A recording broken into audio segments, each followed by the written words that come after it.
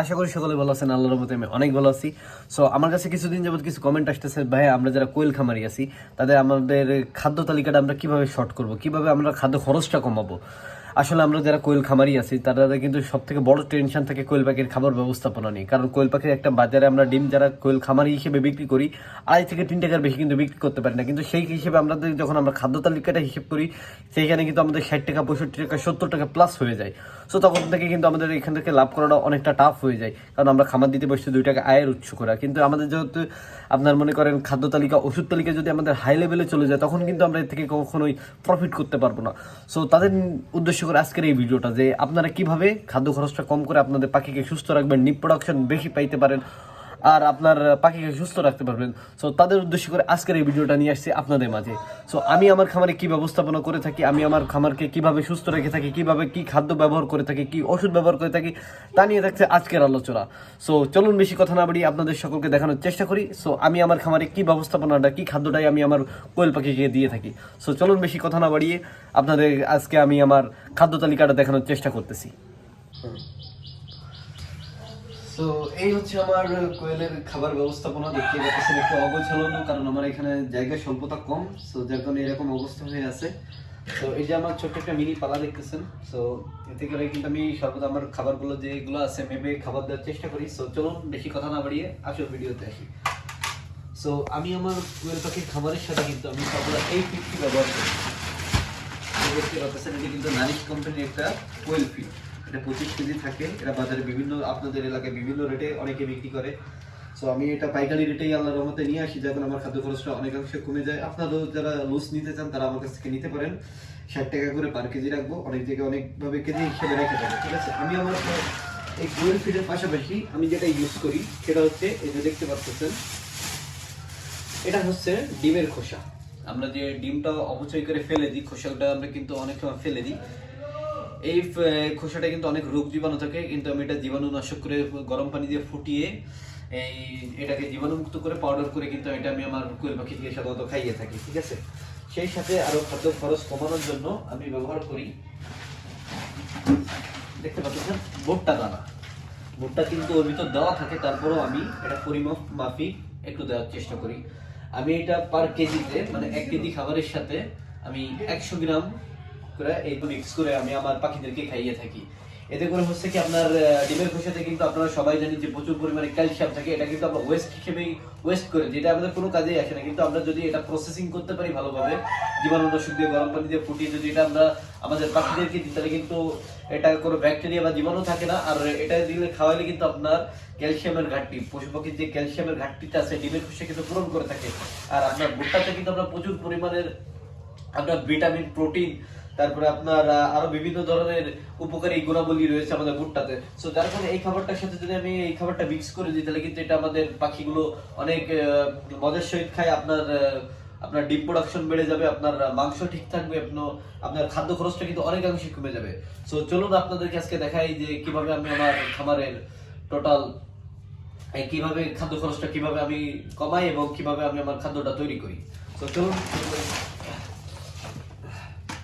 এটা যে তোমার পাল্লা, এটা আমার এটা দিয়ে নিতেছি ফার্স্টে।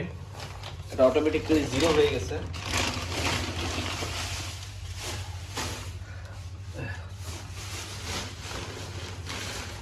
এই যে খাবারটা দেখতে পাচ্ছেন, এটা কিন্তু আসলে অনেক গ্রান। এটা নারিশ কোম্পানির ফিড।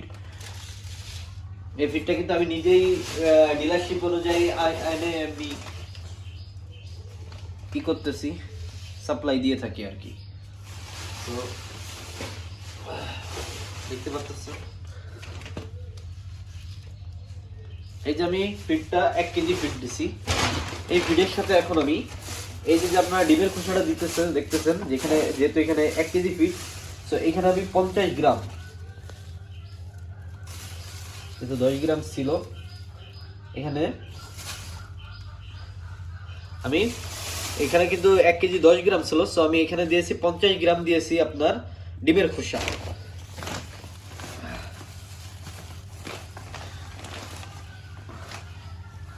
আর এখানে আমি 50 গ্রাম দেব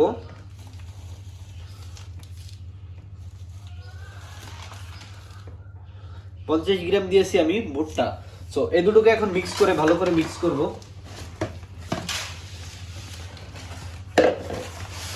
ভালো করে আপনাদের সামনে মিক্স করে দেখাচ্ছি।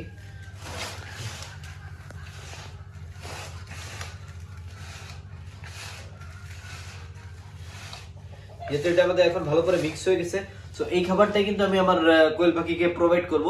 সো চলুন আপনাদেরকে আমি এই খাবারটা আমি আমার কোয়েল পাখিকে দিয়ে রেজাল্ট আপনাদের সামনে দেখিয়ে দিচ্ছি যে এই খাবারটা ওরা কত সুস্বাদু হিসেবে খেয়ে থাকে। তো চলো কাট, ভিডিও কাট, ভিডিও কাট নিয়ে জলদি নিয়ে।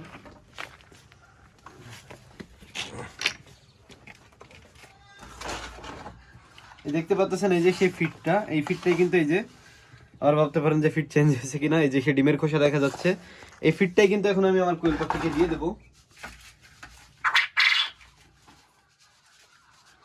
এতে করে কিন্তু আপনার খামারের আপনার যে আছে আপনার কস্টিং খরচটা এটা কিন্তু আসলে অনেকাংশে কমে যাবে। আর এই ফিটটা দেওয়ার পর দেখেন আপনার কোয়েল পাখির কত সুন্দরভাবে খাই সেটা আজকে দেখানোর চেষ্টা করব।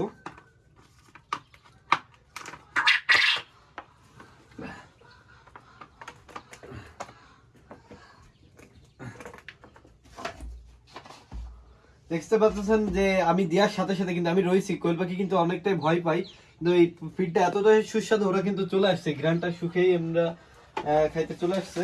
আর বাকিগুলো ঘরের ভিতরে আছে। আমি সর্বদা দুটো পাত্র করে আমার কোয়েল পাখিকে খাবার দিই। দেখতে পাচ্ছেন ওরা এই খাবারটা কিন্তু অনেক মজার সহিত খেয়ে থাকে, ঠিক আছে।